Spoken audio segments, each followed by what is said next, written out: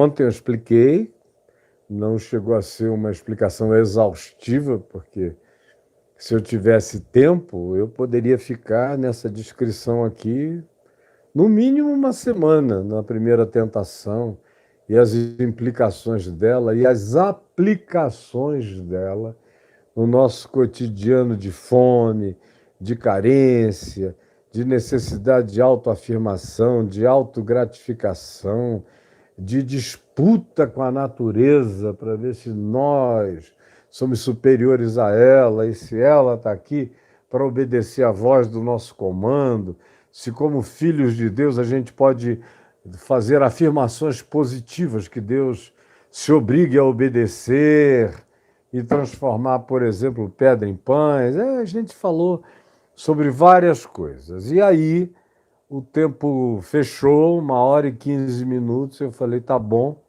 até porque ninguém absorve nesses dias tanto tempo. No passado, eu falava 3, 4, 5 horas e as pessoas ávidas. Hoje em dia é olhando para cá, é correndo para colar, eu volto daqui a pouco, eu fico vendo a quantidade de gente que entra e sai, entra e sai, entra e sai. Para mim aparece tudo. E aí eu vejo um montante de quantos estiveram aqui e fico imaginando que são pessoas que viram, disseram, não vai dar para eu segurar agora, eu volto depois, por aí afora, mas mesmo depois, a pessoa ouviu 1 hora seguida, meu Deus, hoje em dia é um esforço hercúleo, de tão cheios de transtorno obsessivo compulsivo, temático variado, de tanto transtorno de concentração, de dedicação à apreciação, à audição, como dizia o Rubem Alves, a escutatória. Então, é muito pouca escutatória, todo mundo quer falar, é um nervosismo, é uma angústia, é um tempo doente, de um nervosismo adoecido, mentalmente falando. A maioria está profundamente enferma, cognitivamente falando, e nem sente, porque está naturalizado. Todo mundo está do mesmo jeito, então ninguém percebe o quão estranho se tornou e como a vida não era assim, e como você já não pode nem imaginar como é viver sem TikTok, sem mensagens de 1 minuto, de 2 minutos, de 3 no máximo. 1h15 aqui, só heróis com muito boa intenção de absorção, ou então gente mal intencionada que fica só para ver se eu dou alguma escapatela do ponto de vista delas para falarem alguma coisa ruim ou dizerem por aí. Mas eu estou aqui querendo ensinar discípulos de Jesus. Para discípulos de Jesus, para quem ficava dia e noite com ele 24 horas andando pelo caminho, 1h15 aqui é pouco, mas é o que vocês aguentam. Os melhores de vocês conseguem aguentar 1 hora. A grande maioria não consegue. O pior dia é sexta-feira, é o dia em que todo mundo já está sextado desde quinta-noite, sem vontade de nada. É uma sociedade que foi ficando toda cheia dos seus próprios ritos, a maioria dos quais de distração e de paralisia, e de muita miragem e de muita magia. Dito isto, fecha esse grande parênteses e eu começo da nossa descrição. A primeira resposta do diabo nessas tentações. Eu não botei a palavra diálogo, porque Jesus não dialoga com o. Aliás, a palavra dialogar, esse prefixo di, relacionado ao sufixo logos, de palavra, de verbo, não é nada que se possa atribuir a Jesus em relação a quase ninguém, só aos amigos e aos discípulos. E a si mesmo de maneira muito módica. A gente não vê Jesus em grandes diálogos. Jesus não tem nenhuma metodologia platônica ou de qualquer outra natureza. Ele não é só afirmativo, ele ouve perguntas e ele faz afirmações. E, em alguns casos, as afirmações são outras perguntas, para mostrar a cretinice da questão original feita a ele. E, em geral, quando ele responde com uma outra questão, é porque a cretinice era insuportável. Eu tenho até 2 livros chamados Perguntas Cretinas, Respostas Divinas. Aí, em geral, ele responde com uma questão irrespondível e diz: olha, eu só vou responder vocês quando vocês responderem a minha pergunta. Como eles não queriam se incriminar com a resposta, eles ficavam calados.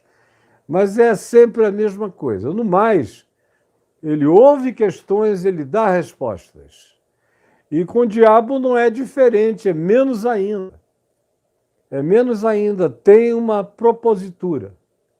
Estás com fome, carente, sozinho, aparentemente abandonado, deixado, cadê teu pai, quem és tu? Todas essas questões de significação pessoal, existencial, qual é o teu valor na vida? Olha você no deserto, sozinho, sem ninguém. Qual o significado dessa tua vida? Você acha que aquela água de João Batista vai mudar o mundo? Ou que você vai, de fato, andando por esse caminho, gerar alguma transformação? De mundo entendo eu, como ele vai dizer depois, daqui a um tempo. Todos os poderes desse mundo me foram dados. Prostra-te, eu transfiro esse poder para você, se você me adorar, se você reconhecer a mim como instância superior. Mas isso é depois. Agora aqui é essa exploração da carência, da fome, e essa tentação de dizer: se tu és mesmo, cara, o que tu estás fazendo? Que desperdício é esse? Cabeça das cabeças e não cauda. Por que viver vida de cauda? Por que estar no deserto, como uma serpente faminta? Como um bichinho, como um escorpião, como esses habitantes do deserto? Como uma cabra montezinha com sede, qual é a tua? Se tu és o filho de Deus, eu não estou duvidando. Eu só estou te dizendo que se tu és, por que tu não usas esse recurso? E não transformas pedras em broas e essa pedregueira toda aqui numa padaria para todos os pobres do mundo? Por que tu não usas a tua sobrenaturalidade para ir resolvendo os problemas naturais, sociais, humanos, que não tem um tostão no banco, que você pegue o lenço dele na porta do banco, enxugue a sua testa, passe no do banco e depois entre, porque você vai encontrar um salto.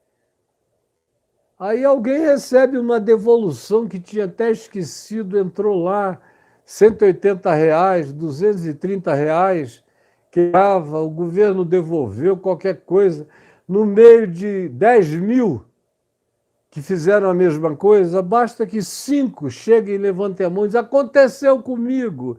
Aí alimenta a idiotice por mais algum tempo. Mas Jesus não era um idiota de cultos de magia. Aí vem o diabo com manda essas pedras se transformarem em pães. Faz uma confissão criadora. Não precisa nem apelar para o verbo bara, do hebraico, tirar do nada. Não precisa ser ex nihilo, essa tua criação. Tu podes partir do material pré-existente, uma rocha e seus minerais. Tem quase tudo pertinente à vida aqui. Faz daí, seu alquimista de Deus. Pratica uma alquimia, uma magia, um feitiço celestial, qualquer coisa. Mas não fica com fome porque é ridículo, é patético. Um cara com o teu potencial eterno, passando fome e necessidade, a sabedoria das sabedorias, carregado de poderes indizíveis, que não são comuns na prática dos humanos, nem dos profetas, nem de ninguém. Os outros todos invocavam a Deus. Tu não precisas. Tu e eles estão assim, ó. Basta tu dizeres uma palavra, o que sai da tua boca é palavra de Deus. E ninguém vai ver que tu transformaste pedra em pães. É um segredo da gente. E aí ele apela para todas as carências humanas, sintetizadas em Jesus, porque Jesus é a síntese de tudo o que de Deus se pode conhecer, e é a síntese de tudo que os humanos são, mas, sobretudo, é a síntese propositiva de tudo que os humanos podem ser. Podem ser. E ele sabe isso tudo. Como eu digo, desde 18 anos de idade, eu comecei a chamar o diabo de psicólogo milenar. Com 18 aninhos, eu ia falar nas universidades, o pessoal dizia, mas como é que ele sabe o que está na cabeça da gente? Porque eu digo, cara, eu que só tenho 18 anos, olho para você, e você para mim é óbvio, eu te saco. Só porque você está aí vivendo uma vida só, eu já vivi muitas até essa idade, já me lidei com tudo que é tipo de gente, eu te enxergo. Agora imagina se eu, sem poder, só o humano, estivesse aqui desde o início de tudo. Eu não precisava de nada, era olhar e atravessar todas as pessoas, pensamentos, sentimentos, percepções. Nós somos inescondíveis para o mundo espiritual, nós somos flagrantes, óbvios. E nós estamos falando dos seres malignos descritos nas Escrituras, especialmente no Novo Testamento, nos Evangelhos, com o pior deles, com o diabolos. Por isso não há diálogo, porque esse prefixo di, que é o prefixo de diabolos, e diabolos significa aquele que divide, é o divisor, diálogo em geral não produz a convergência. Quando os espíritos são antagônicos, o diálogo termina apenas em aprofundamento de divergências. De modo que para mim, por exemplo, o diálogo é uma coisa que eu tenho com pessoas que eu sei que estão predispostas a chegarem a algum tipo de consenso bondoso, positivo. Quando eu noto que o espírito é um espírito raivoso, persecutório, odiento, eu não dialogo, eu agradeço. Eu digo, fica com Deus, fica em paz, eu vou em frente, sigo o meu caminho. Eu não paro para dialogar com a divergência. Eu ouço, eu entendo, eu medito, eu pondero, vejo se tem alguma coisa útil. Quando tem, eu digo, isso aqui é útil, o resto eu não concordo. Mas também não fico para explicar, porque a maioria não aceita explicação, ainda mais nesses dias, que são dias horrorosos. Eu, pelo menos, nas minhas leituras do processo civilizatório todo, conhecendo a Bíblia como eu conheço e conhecendo a história universal, busco há 50 anos, todo dia eu tento conhecer novas dimensões da história universal, da antropologia humana, fora de qualquer antropologia bíblica. Eu nunca li, nunca tive acesso, até porque talvez um tempo idêntico ou pior do que esse tenha sido destruído pelo dilúvio, o grande dilúvio de Gênesis 6, foi sepultado o mundo antigo, onde, de acordo com Gênesis, o livro de Enoque, o livro de Judas e a segunda epístola de Pedro foram períodos indizivelmente horrorosos, invadidos por demônios no planeta. Mas, do grande dilúvio para cá, não tem nenhum tempo onde o diálogo seja tão difícil como hoje. A gente só tem leis que nos proíbem de sair matando, tocando fogo e apedrejando. Em boa parte do mundo ocidental ou no mundo ocidental é assim, mas nem no planeta todo a gente pode dizer que isso é universal. E com as redes sociais o que se instituiu foi a quebra do diálogo. Foi muito ódio. Tem alguns dialogando e tem um dialogando para 99 brigando, com ódio, sem saberem nem porquê. Então, se não dá para a gente dialogar com opositores humanos que se vestem de diabo e querem dissuadir você e fazer você transformar pedra em pão, alterar sua natureza, alterar seu caráter, alterar seus pensamentos, querer que você mude do evangelho para filosofias loucas e demoníacas faladas em nome de um Jesus que é a cara do diabo, não dá. E eu, pelo menos, não tenho essa condição.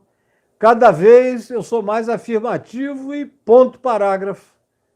Como eu disse ontem numa live ali no Instagram, eu posto e dou as costas. É isso que eu faço.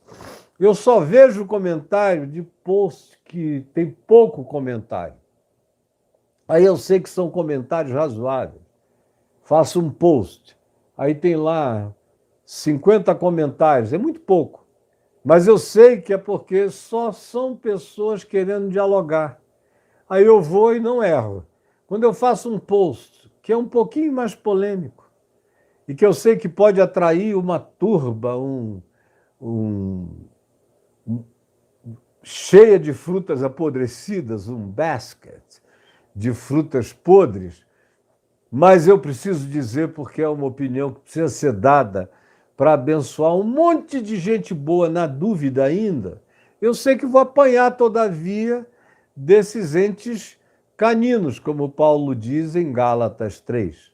E não dá outra. Aí ontem eu entrei num que eu vi lá, que estava com 300 e tantos comentários, eu disse, devem estar se comendo vivos aí, esses coitados. Eu entrei e não deu outra. E aí alguém querendo que eu respondesse tudo, digo, não respondo. Vou até gravar vou fazer um ao vivo aqui agora para dizer, e o tema é esse. Eu faço os posts e dou as costas. É postar e dar as costas. Quando o post é assim, eu não fico para dialogar com nenhum diabolos. Você está dizendo a coisa mais óbvia. Está repetindo Jesus com outras palavras e o cara é contra, eu não vou ficar, não vou dialogar, não tem papo contigo. Você entendeu? Comigo, você não tem papo. Eu estou aqui, não tenho tantos anos pela frente, não tenho mais tempo para gastar com as mesmas recorrências que já estão gravadas aí no portal caifai.net com centenas e milhares de respostas. Vá lá com boa intenção. E se você tiver má intenção, lá que você vai também, porque eu não vou mais te dar espaço. Então, dito isto, eu continuo dizendo que não tem diálogo entre Jesus e o diabo. Tem uma proposição, manda essas pedras se transformarem em pães, resolve a tua carência, mata a tua fome, para de ficar aqui sozinho, esperando a afirmação de quem? De mim? Eu sou o único contigo, tu não percebes, Jesus?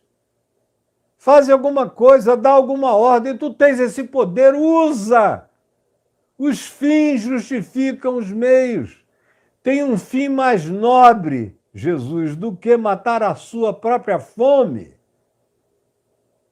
Os fins justificam os meios. Isso é um prurido filosófico. O que diz o oposto é uma tentativa de santidade totalmente romântica. Isso é coisa para otário, para bobo. O mundo não é para amadores, Jesus. O mundo é para espertos. Os fins justificam os meios. Por que eu sou o coach mais ouvido do planeta em todos os tempos? Porque eu não ensino a filosofia de que os fins justificam, de que os fins têm que pré-existir nos meios e os fins têm que ser exatamente coerentes com os princípios, tem que haver um alinhamento. Isso aí é um pudor de idiotas. Eu sou inteligente demais para parar nessa. E você é o filho de Deus. Tudo é teu, você criou tudo. Você vai ficar preso a um arcabouço filosófico? É verdade que ele está presente desde o início da história dos humanos. Não comas, porque os fins não justificam os meios. Não tomes desse fruto, porque os fins não justificam os meios. E você está me ouvindo dizer o tempo todo que não é assim. Que isso é inveja de Deus, que você pode ser maior do que todos. O poder está na tua mão. Pobre do Adão, aquele lá do Éden, era um menino no jardim da infância. Você é o homem mais adulto da face da terra. Alexandre o Grande não era digno de chupar uma chupeta que tu desse a ele. E tu ficas com esses pudores na solidão, podendo seres a convergência mundial, planetária e de toda a consciência civilizatória, e estás aqui em carência. Faz alguma coisa por ti mesmo, porque se você não se ajudar, ninguém vai te ajudar. Manda que essas pedras se transformem em pães.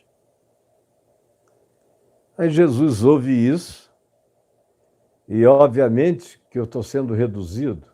O texto é uma frase, mas essa frase disse trilhões de possibilidades aplicativas para a natureza humana de Jesus, sem limitação de compreensão para trás, nem no presente, nem para o futuro, sendo tudo de todos nós e de toda a nossa natureza, porque ele foi tentado em todas as coisas, como eu disse ontem, Hebreus 4,15, mas sem pecado.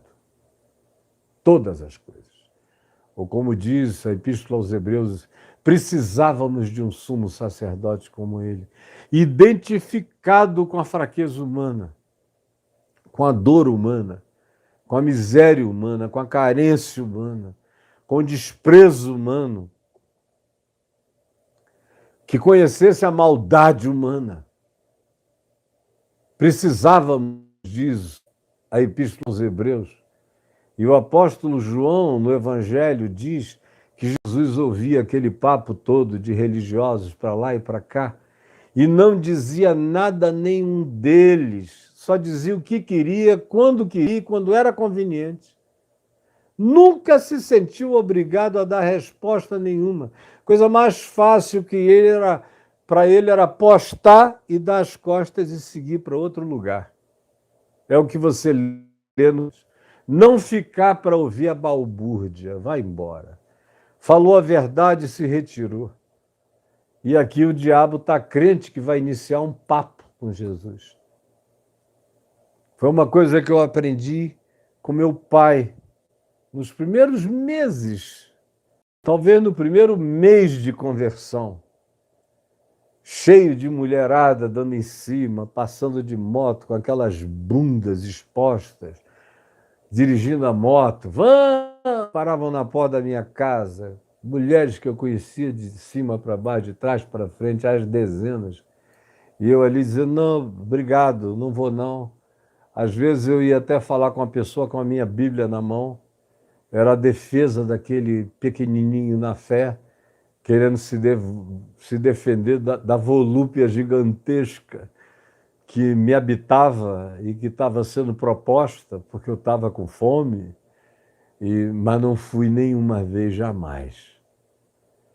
E também não fiquei para o diálogo. E meu pai me chamava e dizia, meu filho, gostei de ver sua reação, porque você deu uma informação e não ficou para dialogar. Não dialogue com a tentação, meu filho.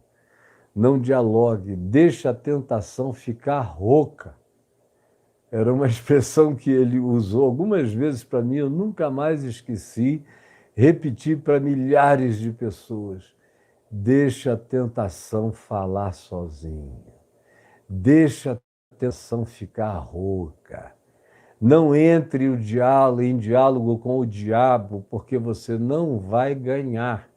Se você dialogar, você já deu a ele a plataforma para continuidade já é ceder à primeira tentação, é se sentir na necessidade de explicar alguma coisa para o diabo. Eu não tenho explicação. É claro que quanto menos explicação você dá ao diabo e à tentação, com o passar do tempo, menos tentado você vai sendo. E isso só se torna grande em você se outra vez, em algum momento na vida, você abrir o espaço. Como eu vivi livre de perturbação por 25 anos. 25 anos sem perturbação. Depois dos primeiros 6 meses, 1 ano, eu vivi sem perturbação, com ofertas de todos os lados, assédios de todos os tipos, e eu passei limpo, livre, incólume, sem perturbação.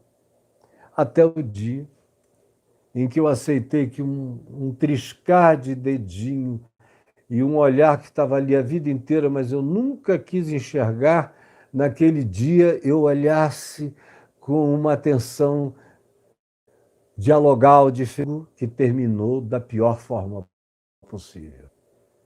E a partir dessa etapa, eu digo para você, na presença de Deus, no dia de hoje, que eu estou vivendo aqui, com tudo à minha mão que eu quisesse dispor. Nem tudo é ilícito, mas para mim não edifica que não. Sem falar no ilícito, que aí mesmo é que eu não quero, não convém e eu aborreço. A educação é o silêncio da não dialogadade com qualquer forma de tentação. Se porventura, o que graças a Deus é cada vez mais raro, passar um pensamento ruim aqui na minha cabeça, eu nem pergunto por quê, eu deixo passar. Se quiser voltar, vai passar até cansar, vai ficar rouco, não vai ter de mim uma resposta, não vai ter uma consideração, não vai ter uma preocupação, não vai ter uma oração dizendo, ó Deus, tu sabes que isso não é meu, que veio, que me foi posto, não tenho explicações a dar. Eu é que não me conheço, mas o meu Pai me sabe todo, sabe quem eu sou. E eu confio em que Ele me conhece, me ama e tem prazer em mim. E pode passar o que quiser, como passou na cabeça de Jesus, tudo que você quiser imaginar. Tudo significando tudo, todas as coisas, à semelhança de qualquer ser humano, mas sem pecado. E também sem diálogo com o mal. Aí vem o diabo e diz, fome, se és o Filho de Deus, manda, dá ordens, faz uma coisa.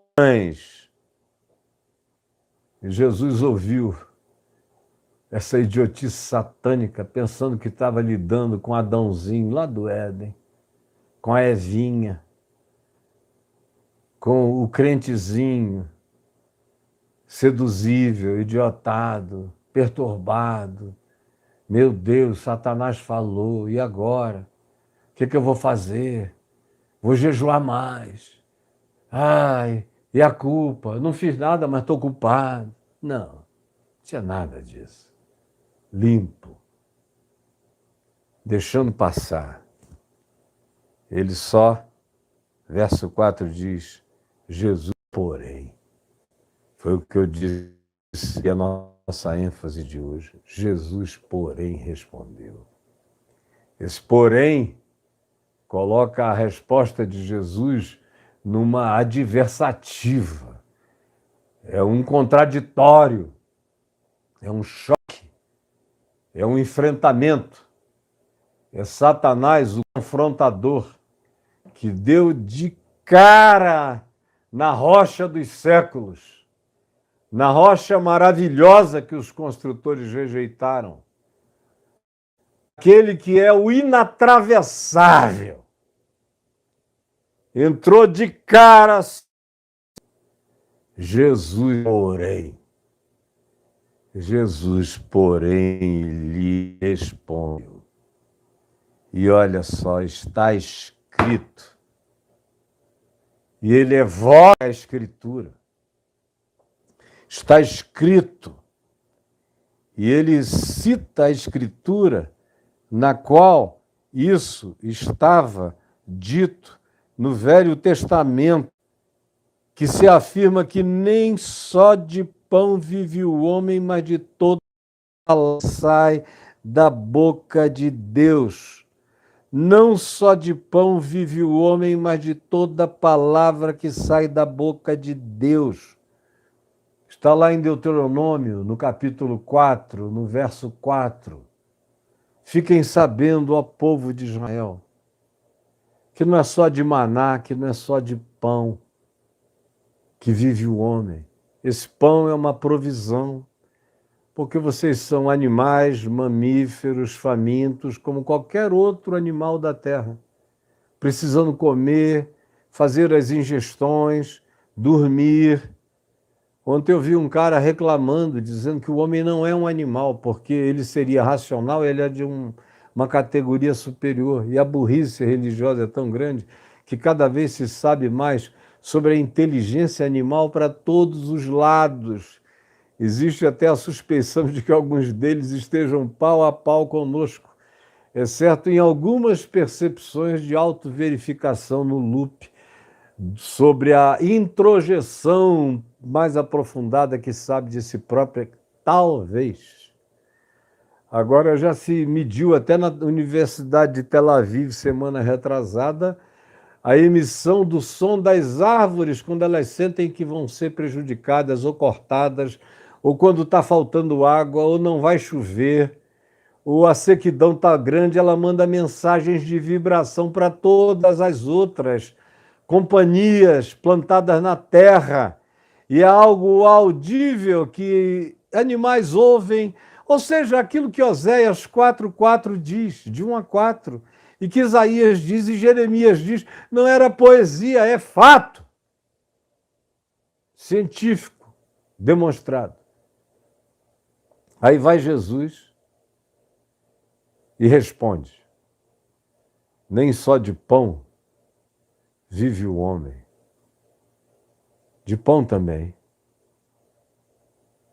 É por isso que todo dia eu dou graças ao meu Pai pelo pão nosso de cada dia, pela provisão.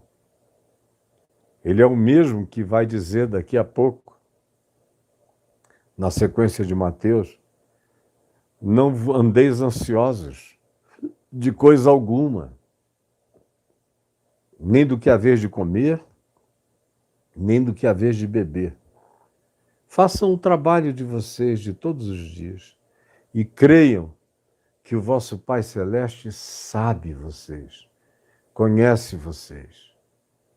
Nenhum de vocês vê a natureza em estado de mendicância, a menos que haja um cataclismo ou uma interferência humana brutal. Do contrário, a natureza segue um fluxo de fartura natural, de sobrevivência natural, e vocês fazem parte desse ecossistema de maneira inteligente. Participem, semeiem, colham, busquem a água, façam seu pão, sem aflição, sem angústia, sem desespero, sem perspectiva de acumulação, sem angústias sobre o futuro.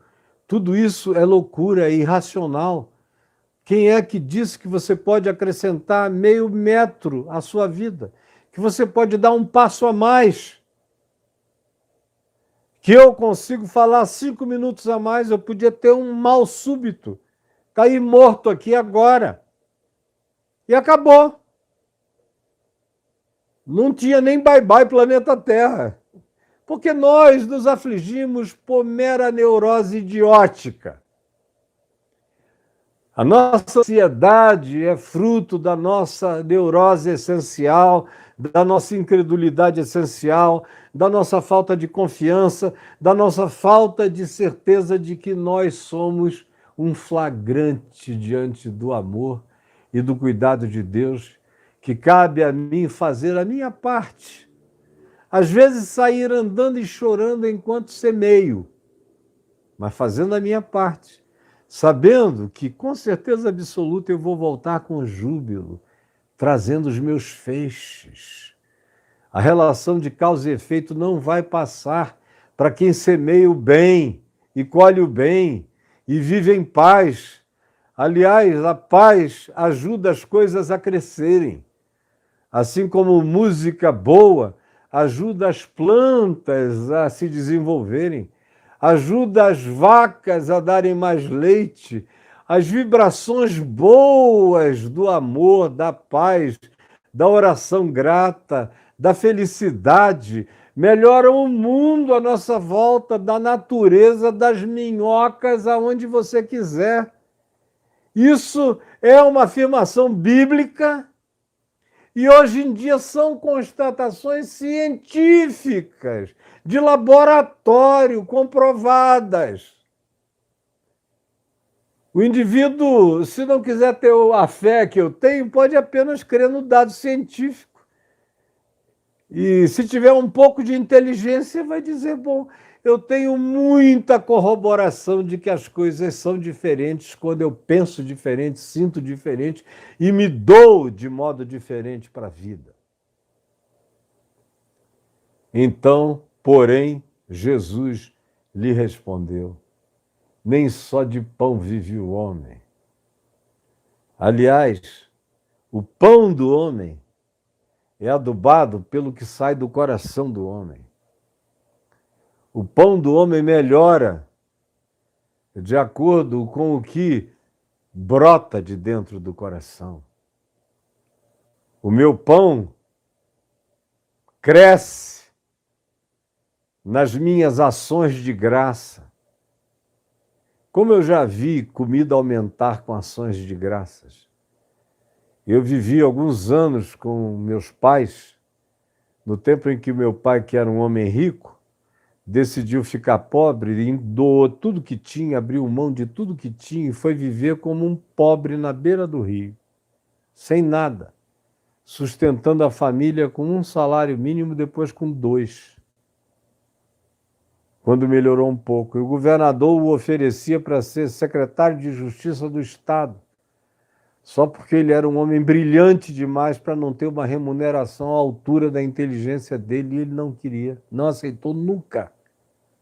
Não, eu estou muito bem pago com 2 salários mínimos, advogando a causa daquele que advogou a minha eternamente. Era a resposta dele. E lá em casa era só arroz com ovo, ovo com arroz com macarrão, macarrão com arroz, ou então macarrões, um ovinho sempre, porque tinha que ter uma proteína. Uma carne era uma raridade, galinha também, foram anos daquilo ali. Macarrão, macarrão com ovo, macarrão com arroz, macarrões, ovo com arroz, só isso. E eu comia na casa dos meus amigos. Mas quem ficava em casa, a Sueli, o Luiz, papai, mamãe, e as dezenas de famintos que ficavam lá, nesse tempo eu ainda não era convertido, que iam lá para se aconselhar e mamãe não deixava ninguém sair sem um pratinho, sem um pão, sem um sanduíche, sem um ovo dentro de um pão, mesmo que o pão já fosse passado, sem um suquinho de carambola que dava no fundo do quintal, sem um doce de jaca, que era jaqueira, caía dentro do nosso quintal, ou qualquer coisa, o abil, o pitomba, tudo que nascia no quintal. Era como se ia vivendo, com a maior paz, maior tranquilidade. E eu ouvi tanto isso, quando eu, na minha dureza de coração, não convertido ainda, reclamava. Por quê? Se você pode, um verdadeiro diabinho, você pode, é só você querer, todo mundo quer te dar os melhores, pai. Ele dizia, não, o melhor eu tenho de Deus todo dia nessa mesa. Porque, meu filho, nem só de pão, nem só de confortos, nem só de luxos vive o homem, mas de toda a palavra que sai da boca de Deus. Você já me viu rico, com os melhores carros, tudo importado, arrebentado, tudo meu era o melhor, era o maior, era o mais moderno, ninguém tinha, era único, era singular. E você viu como eu era infeliz, acabando com a nossa família, com o meu casamento, me tornando um mentiroso, porque eu não ganhava, não perdia causas advocatícias, porque ninguém mentia melhor do que eu. E eu nunca mais volto a essa miséria. Eu tenho a fartura desse pão singular que é carregado dessa graça indizível. E eu aprendi isso e quando me converti, já me converti surfando nessa consciência. Depois eu aprendi isso até com os meus amigos hippies, que não tinham nada a ver com o evangelho, mas viviam sem ansiedade. Todo mundo acordava sem saber o que ia fazer, nem comer, nem nada. Nunca vi ninguém morrer de fome. Todo mundo comia alguma coisa. Alguém dava, alguém oferecia. Ou o cara em Manaus passava embaixo de uma mangueira, comia, chupava 5 mangas, ou qualquer outra coisa. Onde tem árvore frutífera, ninguém passa fome. E eu aprendi até com os hippies. Quando eu me converti, eu já estava também começando a ser treinado num estilo de vida sem ansiedades. O Evangelho veio e me batizou na não ansiedade total, graças a Deus. E essa paz que contra todo o meu modo intenso, fervoroso, apaixonado, desmedido, desregrado de viver, sem dormir, me doando o dia inteiro, pregando o tempo todo, sem pensar em mim nenhum segundo, me entupindo de gordura, de comida imprópria, pelo Brasil afora, pelo mundo todo, durante anos e décadas, que me fez muito mal, mas é essa paz que me tem feito sobreviver aos males da paixão do meu próprio ministério. E em tempo o Senhor me falou, para tu me servires, tu não precisa te matares. Vive a tua paz, ama a tua mulher, cuida dos teus filhos e dos teus netos, preserva a tua saúde, cuida do teu coração. Tu tens meios de fazer a minha palavra chegar a quem quiser na terra. Enquanto tu vives um pouco mais e vives melhor. E como eu não tenho ansiedade de ser conhecido, de ficar mais conhecido, de ficar mais famoso, de ficar isso, de ficar aquilo, de ter poder, de nada. Eu tenho todo o poder que eu preciso, que vem do alto. E tenho toda a satisfação que eu necessito, que habita a simplicidade das dádivas de Deus para a manutenção e sobrevivência da minha vida, com graça. E no meu coração não há falta de nada.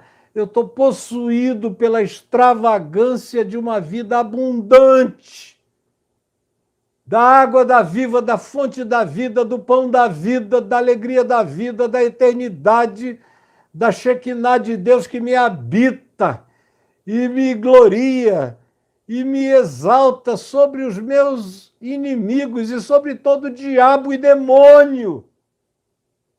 Como diz Abacuque, tu me tens feito andar altaneiramente, sem ter nada, mas possuindo tudo, como disse Paulo, sendo perseguido, mas nunca vencido, sendo afligido, mas nunca vivendo em angústia,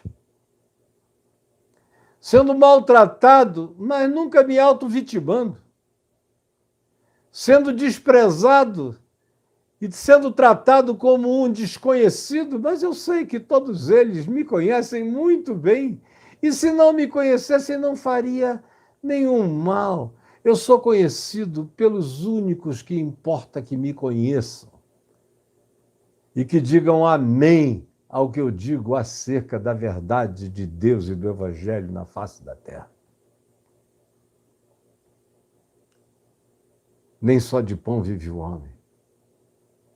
Essa foi uma grande mentira que tomou conta ideologicamente do nosso planeta, porque essa propositura do diabo de colocar o pão acima de tudo, a comida acima de tudo e a vida como sendo algo que depende exclusivamente do pão, da matéria, da aquisição, do poder aquisitivo, ou da acumulação, ou do consumo, ou do excesso. Quanto mais próspero alguém é considerado, é porque ele tem provisões para muitos dias. E o Evangelho de Lucas nos conta a história de um cara que conseguiu ficar tão rico que criou provisão de alimento para muitos anos, mais tempo do que a vida dele. E Jesus disse, Jesus contou essa história e falou, esse homem é um louco, porque se vierem a ele e lhe disserem louco, para quem vai ficar todo esse seu tesouro? Se hoje mesmo a tua alma está sendo colhida e recolhida,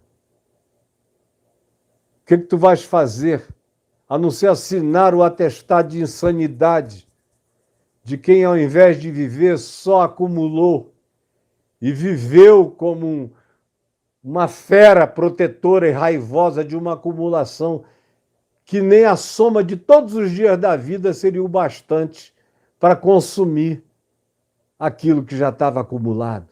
É vida de total insanidade, como esse mundo no qual a gente vive é feito e regido pela insanidade. 230 e tantos mil são proprietários de quase 70% da riqueza mundial. E o resto, de 7 bilhões, vive do que sobra ou do que não sobra, ou do que não tem. Por quê?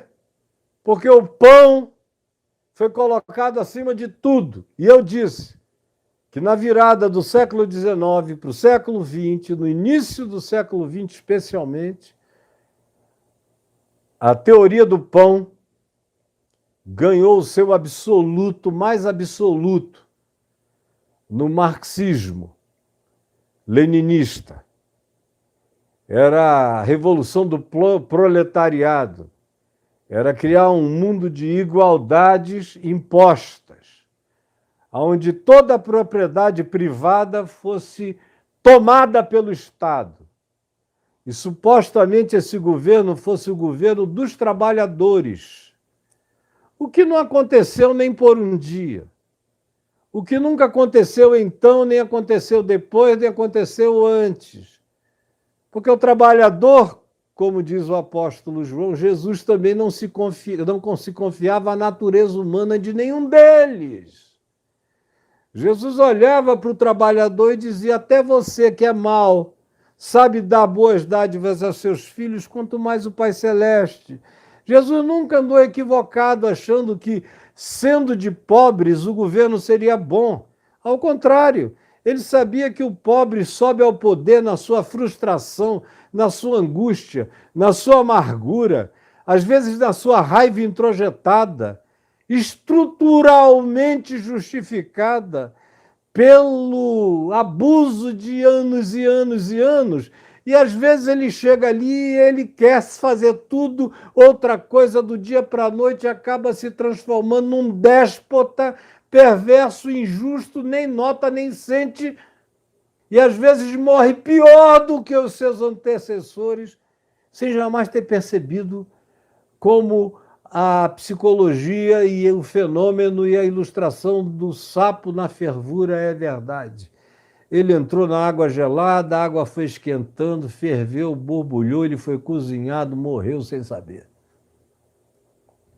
Século XX, em nome do pão, em nome do pobre, em nome do igualitarismo imposto pelo comunismo marxista, que acabou, graças a Deus, acabou.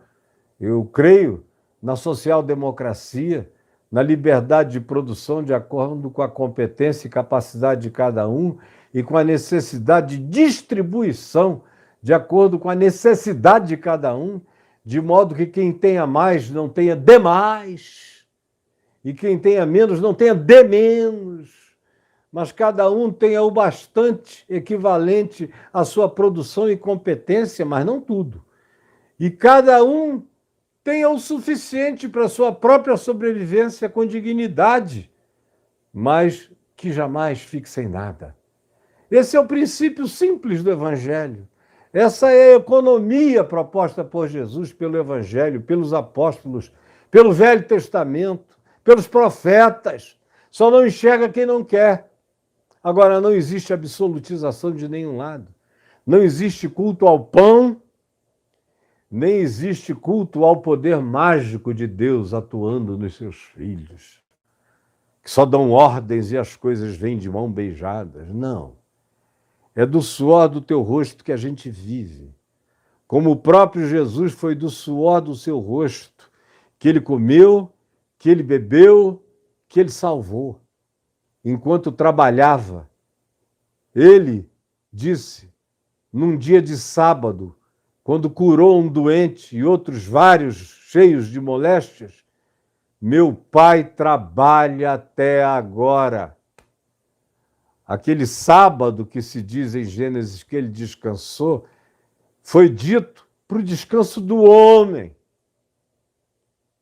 Não porque Deus tenha descansado, porque meu pai não dormita nem dorme. Ele não está dentro dessas contingências. Meu pai trabalha o tempo todo, tudo é nele, tudo existe nele. Ele trabalha até agora, olha a mão dele agindo todo dia, o tempo todo. E eu trabalho também. Trabalho também. É trabalho, é fé, é pacificação, é a certeza confiante que nos salva da ansiedade e que sabe, crê e assume que o nosso Pai Celeste sabe que necessitamos do que necessitamos, do que é necessidade, do que é capricho. Frequentemente nos salva de conseguirmos a realização dos nossos caprichos, porque os nossos caprichos sempre são a realidade de poder mais autodestrutivo na vida da gente. Mas ele sempre nos socorre nas nossas necessidades. Há horas em que eu preciso de mais, há horas em que eu preciso de menos. E não importa se eu tenho mais ou se eu tenho menos. Eu tenho uma certeza, meu Pai Celeste sabe o que eu estou precisando. E é na mão dele, eu estou falando na presença dele, e ele está em mim, que eu estou só repetindo o que é verdade entre mim e ele, entre ele e mim. Sem nenhum esforço para pensar nada, eu só estou descrevendo um fenômeno de fé.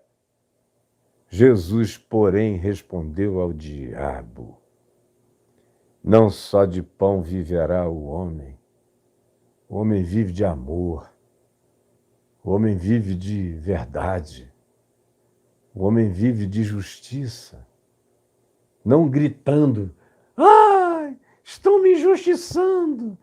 Isso aí são alguns mais fracos, aos quais eu defendo, pelos quais eu falo.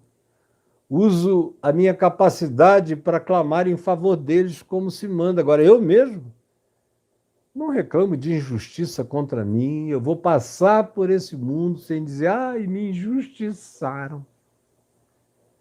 Ai, que peninha eu estou de mim. Não tenho pena de mim, não tenho autovitimização, ninguém me injustiçou. Os que me supostamente injustiçaram praticaram a injustiça contra eles próprios. Mas veja só o que eles conseguiram arrancar de mim. Nada. Eu continuo aqui, estou melhor todo dia, estou maior todo dia, estou mais desenvolvido todo dia, estou mais profundo todo dia.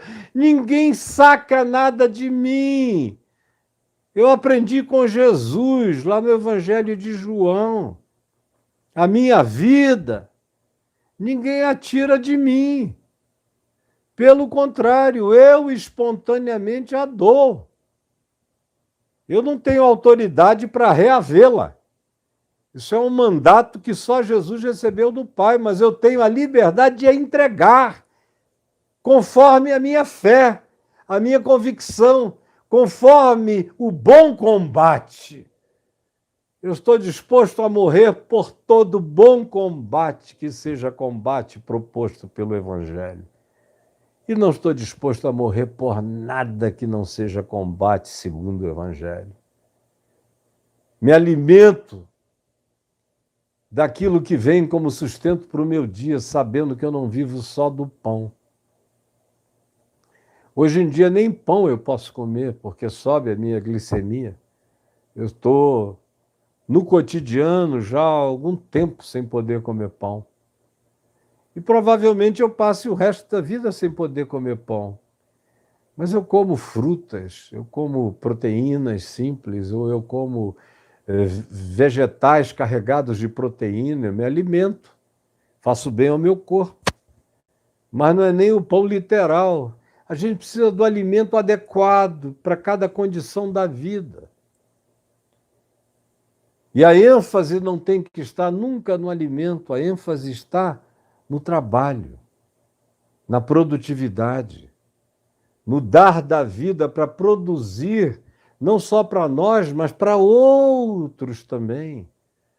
Porque nem só de pão vive o homem, vive também de gratidão, vive de abençoamento da existência do próximo, vive de alegria por conseguir sustentar, ajudar, vive do privilégio do socorro, vive da certeza absoluta de que o Senhor, sendo o meu pastor, eu posso não ter tudo o que todo mundo tem, nem eu quero, mas nada me faltará para o sustento da minha vida, para eu ser quem eu sou.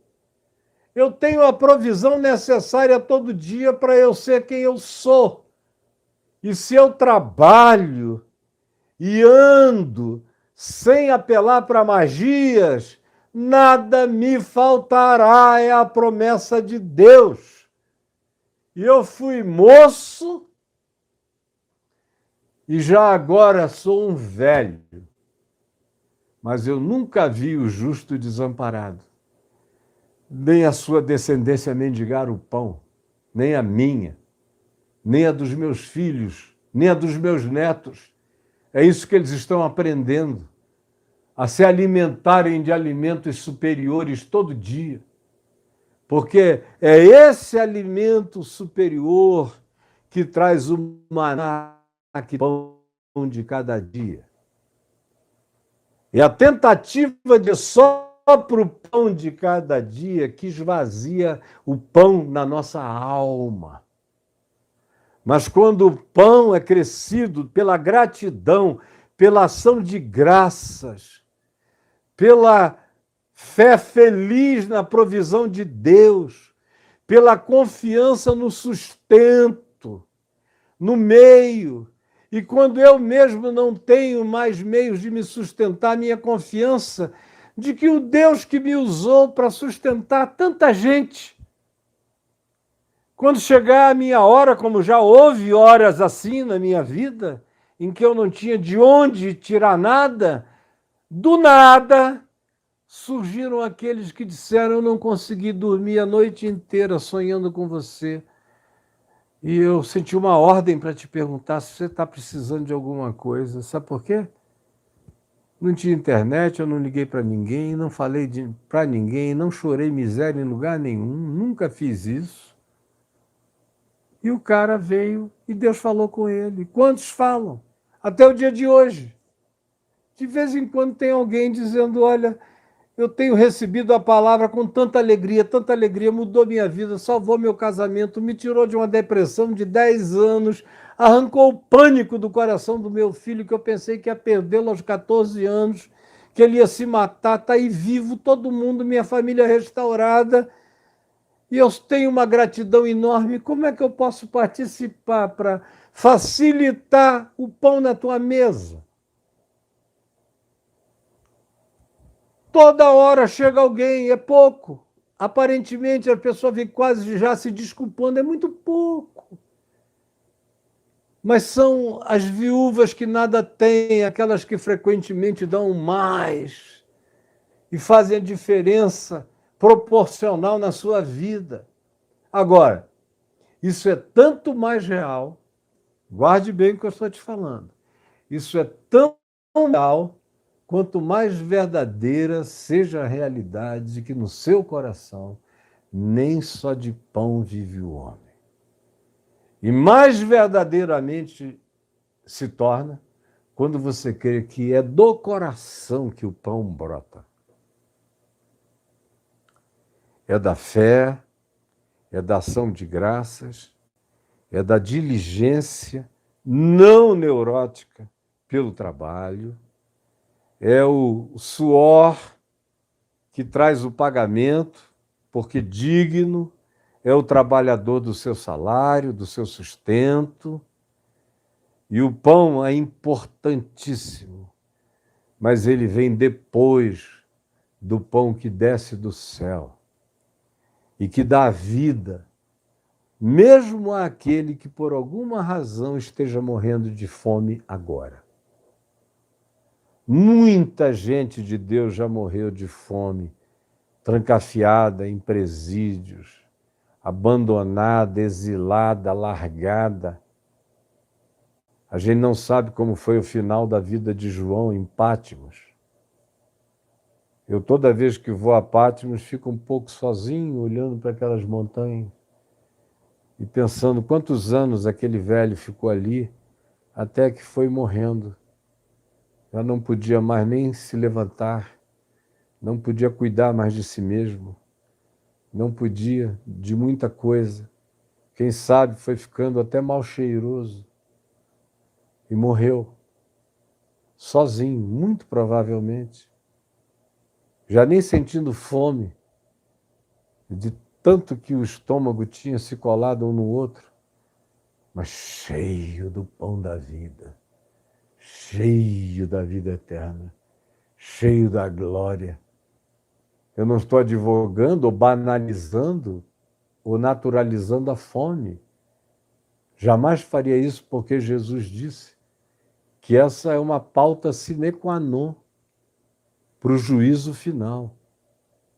Eu tive fome e tu me deste de comer, eu tive sede e tu me deste de beber, eu estava nu, tu me vestiste, vocês sabem.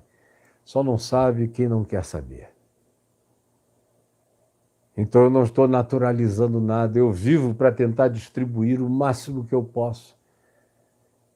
E minha mulher e meus filhos sabem que se eu tivesse mais recursos, seria mais recursos para distribuir com mais necessitados. Porque eu estou só de passagem. E a única coisa que eu posso deixar é o bem que eu possa fazer, e a única coisa que eu vou levar é o amor que me nutre todo dia e pelo qual eu tenho a minha força e a minha energia para não cansar nunca, para não desistir jamais, que eu acho que é um dos testemunhos mais fortes e violentos e práticos que a minha vida tem para dar. Eu estou há 18 anos sem desistir, mesmo contra mim mesmo, mesmo contra tudo, mesmo contra tudo. Não desistirei jamais, e para mim, 2 ou 3 tem sido a existência toda nessa convicção absoluta. É por isso que eu te falo com autoridade e não como os discursos dos escribas e dos fariseus, e você sabe a diferença. Porque eu estou te falando como quem sabe que nem só pão vive o homem. Vive também. E é imprescindível que nós todos nos coloquemos na condição da recepção do maná. Ele cai do céu, mas eu tenho que abrir minha tenda e sair para trabalhar. Vou recebê-lo, vou comê-lo e vou compartilhá-lo. E não vou ficar preocupado com o dia de amanhã. Como Jesus disse, o amanhã trará os seus cuidados. Basta a cada dia o seu próprio mal. Viva hoje, como o pão de hoje, o pão de cada dia, e o cubra com gratidão, com alegria. O abençoe ele aumenta, ele cresce. Dentro de você começa a nascer algo imponderável que se comunica com o resto da vida. Essa gratidão, que é o sentimento mais essencial no coração, é uma verdadeira usina de construção de realidades exteriores. Pela minha gratidão, surge uma comunicação sem voz, sem código, invisível, vibratória, que mexe com o mundo todo à minha volta. Um ser humano grato não passa necessidades nem morre de fome. Porque a primeira coisa que a gratidão faz é usar toda a energia que tem para se colocar em pé e pegar a semente da qual dispõe e plantá-la com bênção, e ela cresce, e você come, e você prova dela, e você ganha aquela experiência que está no Salmo 37. Leia o Salmo 37 hoje todinho, depois leia o 73, salmos essenciais para ensinar a gente a viver, a não se comparar com ninguém, a não cair nessa cilada do diabo. Manda, dá uma ordem, confissão positiva. Você é filho de Deus. Não aceite nada menos do que tudo mais do que todo mundo tem. Conforme você vem sendo diabolicamente instruído. E diabolicamente instruído, você tem crido na palavra do diabo como se fosse palavra de Jesus. Nós vamos ver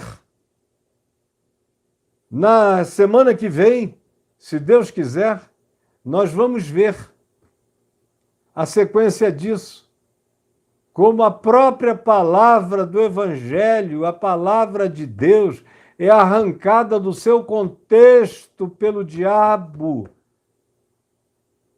numa exegese fajuta e numa hemenêutica satânica, querendo ver se ludibriava Jesus pela sua extrema devoção e amor ao Pai.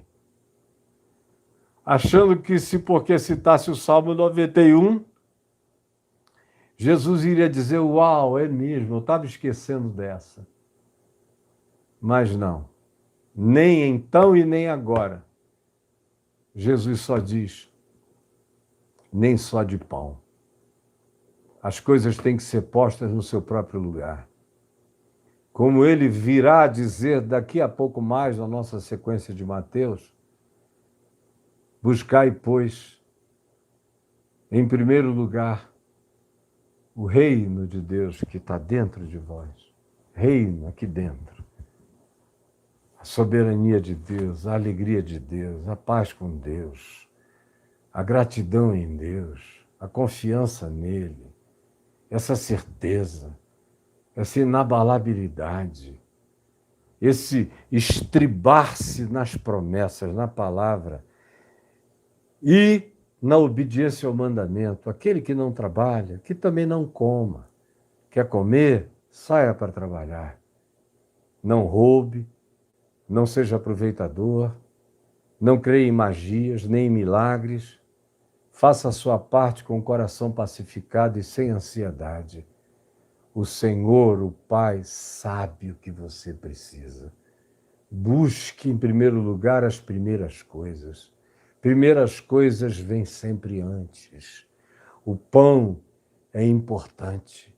Antes dele, tem realidades imponderáveis que, se não pré-existirem no seu coração, dificilmente você vai ganhar o pão para o alimento também da sua alma. Pode ser só um alimento para o corpo. Como eu vejo muita gente tendo pão e muito pão para o corpo. Mas a alma vazia, seca. E eles podem comer a padaria inteira, continuarão ocos, e alguns deles se anestesiando para não sentirem a vida. Outros já não aguentam nem mais a anestesia, querem acabar com a própria existência. Porque o coração precisa mais do que pão. Meu estômago, meu corpo precisam de pão. Mas minha alma, meu espírito eterno precisam de pão da vida, de água da vida, de amor eterno e de confiança presente para atravessar toda e qualquer jornada, mesmo que seja a pior tribulação. O homem vive pela palavra que sai da boca de Deus. Aí o cara chega e diz: ah, Caio, eu leio a Bíblia todo dia. Eu leio a Bíblia todo dia, mas eu continuo tão insatisfeito. Mas eu leio a palavra. Não, você lê a Escritura. A Escritura. A Escritura é o texto. A Bíblia é um livro, é uma biblioteca, biblos. Os livros não estavam juntos, eles sempre estiveram separados. Eles foram ajuntados em outra sequência pelo judaísmo. Depois eles foram ajuntados em muitas outras sequências. E depois essa Bíblia que chegou até nós aqui tem 1.700 anos de ajuntamento.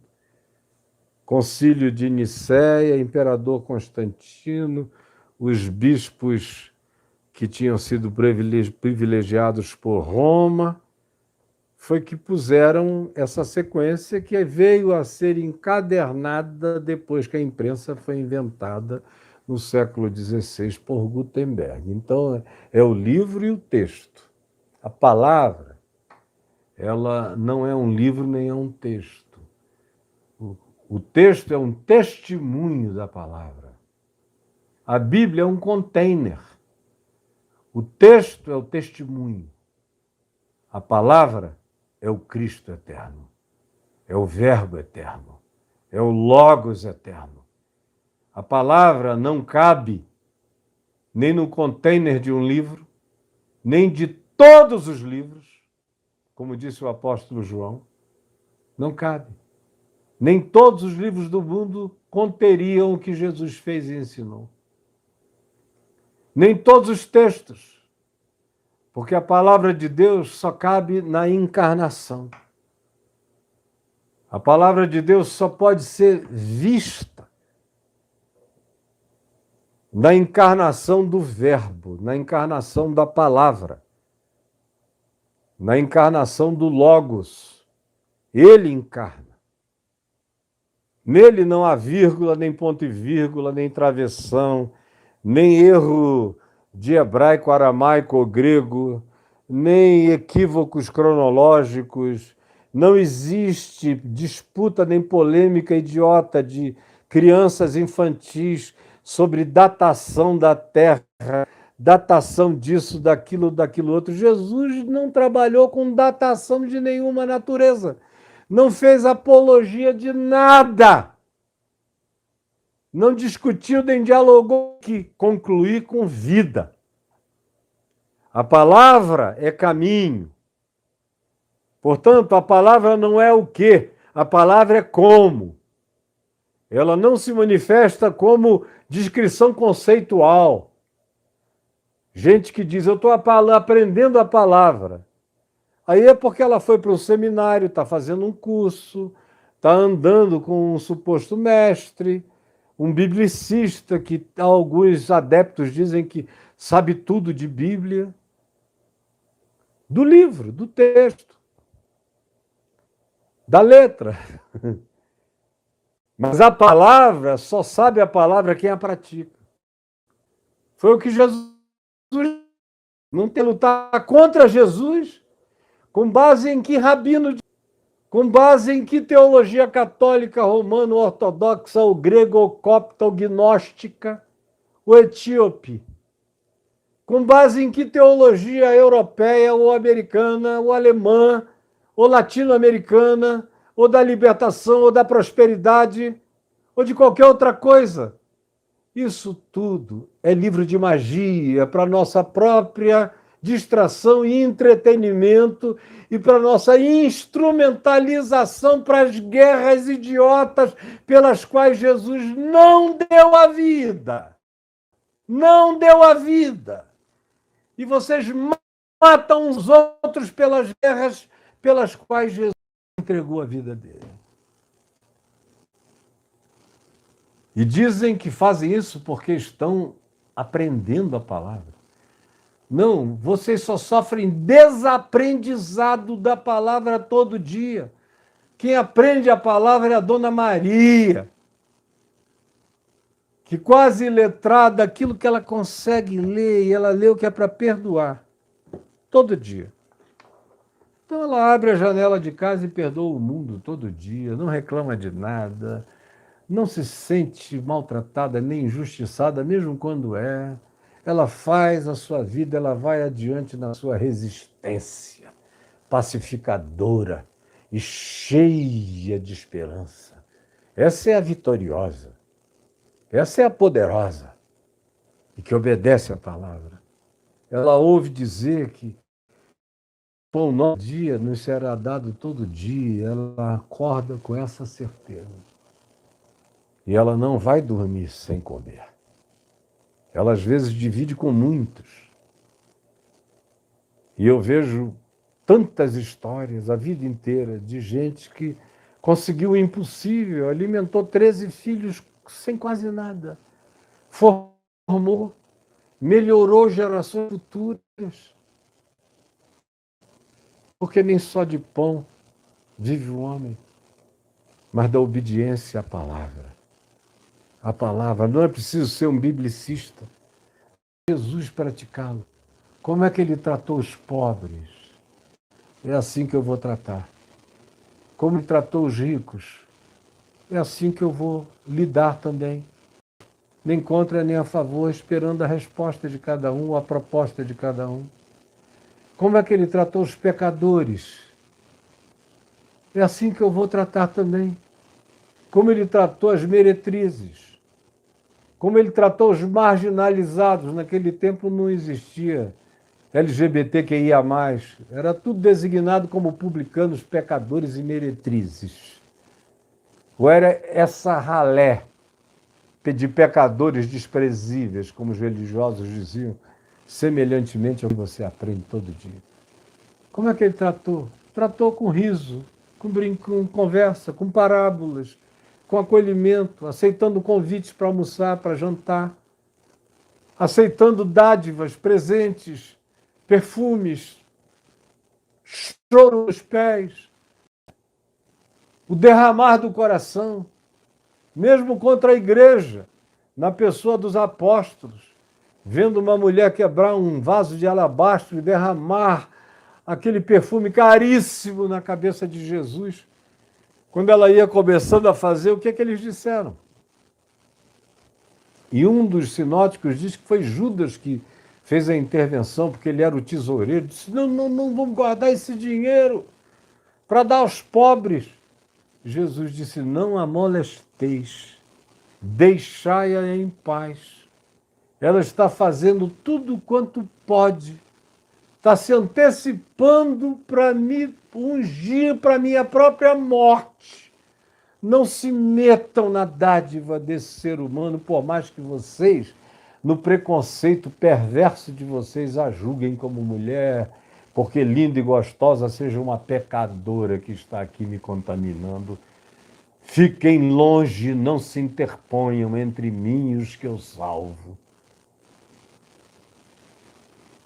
Porque a gente vive a da palavra de Deus, e a palavra de Deus é o que sai da boca de Jesus, é o que é vivido por Jesus, encarnado por Ele, praticado por Ele, ensinado por Ele, gestuado por Ele, carrega os modos dele, os tratos dele, o jeito dele, vira carne em mim, vira mente de Cristo em mim.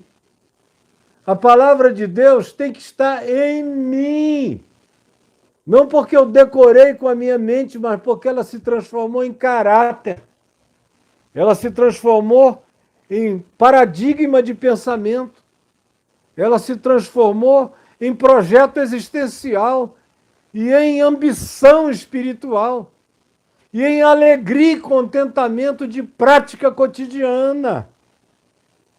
Esses são os que praticam a palavra de Deus. Esses são os que obedecem ao Pai. Esses são os que conhecem a palavra de Deus. Conheceram a palavra como texto ou como livro. Havia gente nos dias de Jesus que dava banho em todos os apóstolos, que eram praticamente iletrados em relação às escrituras do Velho Testamento, com os rabinos, com os sábios e com os escribas de Israel. E Jesus se serviu desses outros caras? Não.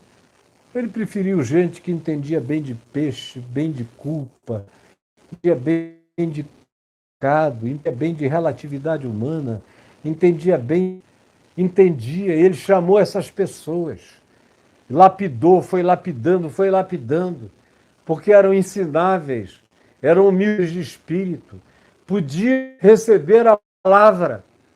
Os que tinham a Bíblia hebraica, os que tinham o texto das histórias verazes de como o povo de Israel chegou até os dias de Jesus, e que chamavam aquilo de palavra de Deus para nunca praticá-la. Porque Israel nunca praticou a palavra de Deus. A história de Israel é a história da desobediência à palavra que eles chamavam de Deus. Então eles não cumpriram, foram raras as ocasiões. É um profeta aqui, aí morre, aí tem um período horroroso depois. Aí vem um rei, como Davi, um homem segundo o coração de Deus, mas cheio de falhas também. Aí quando é sucedido por Salomão, a calamidade, o sincretismo universal toma conta de tudo, o sábio vira um bruxo, como as histórias nos detalham. E Jude isso, eu não vou falar agora sobre isso, porque vai chegar a hora de falar no assunto. Os outros já vêm dividindo o reino, adorando Baal, Moloque, isso, aquilo, cultuando nos altos, botando cultos paralelos mesmo nos altares e nos templos em Jerusalém. Meu Deus! Israel nunca obedeceu a palavra. Foram indivíduos, profetas, e os que obedeciam eram marginalizados e chamados de hereges, expulsos do status quo religioso, como acontece hoje, igualzinho. Até hoje Israel não obedece o que eles chamam de palavra de Deus. Não obedecem. É um dos países mais distantes e secularizados, fora aquele grupinho que se ajunta ali nas sinagogas e Muro das Lamentações. Aquilo ali é uma minoria. A grande maioria está noutra. A maioria deles são até ateus, que cultuam a história de Israel. Não tem nada a ver com Deus, tem a ver com a divinização de Israel e agora do Estado de Israel. O cristianismo obedece à palavra de Deus? Quem? Quando? Em que era? Em que tempo? Me dá um século de obediência. Nesses 2000 anos. Não, num século não. Me dê 20 anos de obediência bonita ao Evangelho.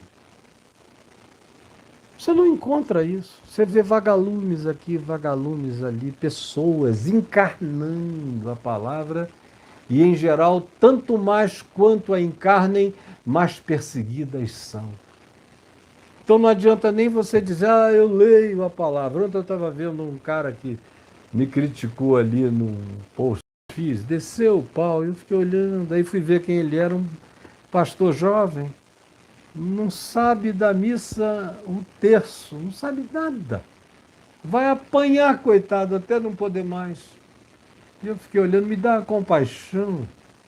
E ele dizendo 3 coisas que todo crente tem que fazer para não parar de crescer espiritualmente. E eu vendo onde ele tinha sido levado com aquelas 3 coisas. Se tornou um moco, como se dizia antigamente, um cara entupido, falta compreensão e sutileza, não tem um poro aberto para nada. Se a primeira coisa, leia a Bíblia todo dia, se esquecer, volte e leia. A segunda coisa, depois de ler, se ajoelhe e faça uma oração, nem que seja por alguns minutos. E a terceira coisa, não falte pelo menos a um culto por semana. Se você fizer isso, você vai crescer espiritualmente. Aí eu ouvi as coisas que ele escreve, só bobagem, idiotice. Porque é só aquilo que esse tipo de recomendação produz. E eu estou vendo isso há meio século como pastor. Como filho de crente, eu estou vendo há 70 anos. Isso tem a sua ajuda, mas está longe de ser o que faz alguém viver para além do pão, para além da angústia, para além do ódio, para além da vingança, para além da raiva. Só a palavra morando em você, vivendo em você, o caráter de Cristo em você, como Paulo diz aos Gálatas. Só vocês ficando grávidos de Cristo, só eu ficando grávido de Cristo, só eu parindo Jesus na minha vida. Todo dia Jesus tem que ser parido. Mais adulto, mais maduro, mais bonito, mais... É o parimento de Cristo em mim.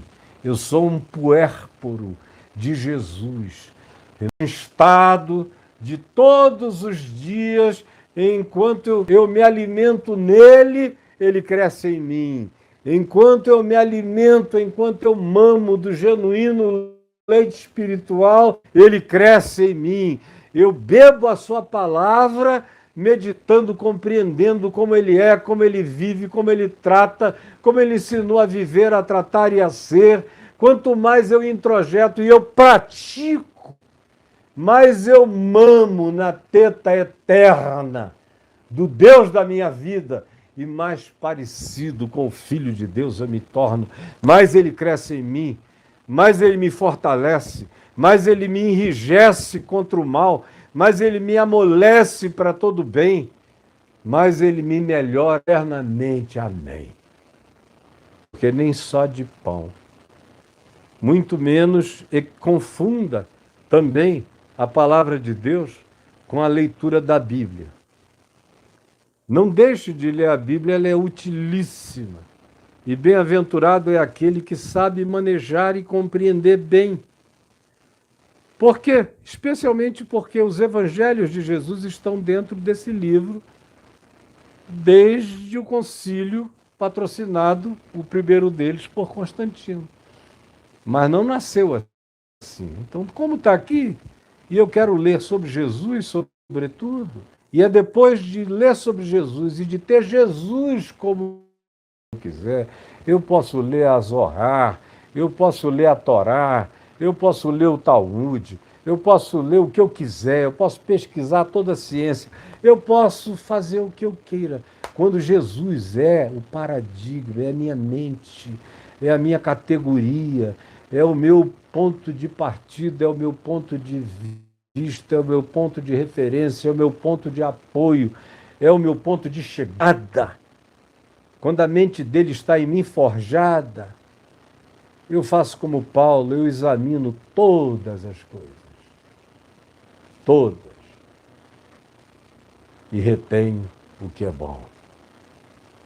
Isso me alimenta para além do pão fundamental de todo dia. É sem esse alimento que a vida não pode acontecer. E é esse alimento que o diabo não consegue aguentar.